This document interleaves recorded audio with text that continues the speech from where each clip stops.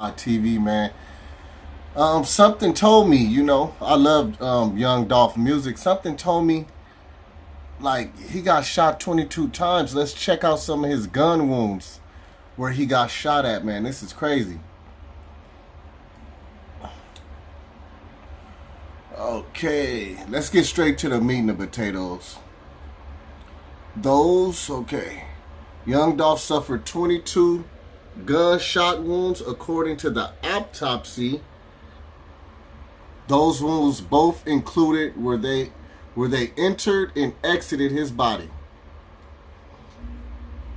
The locations young Dolph was shot included his forehead, his temple, his face, his right back, center back, left arm, left chest, left abdomen, right chin, right neck, right wrist, and right shoulder, the report said. Hey, y'all like and subscribe to Baby Cat 85 TV, man. They made sure this man wasn't gonna live. And this is all over, like, stupidity and jealousy and hate. Like a man worried about another man, or a man that can't simply take words.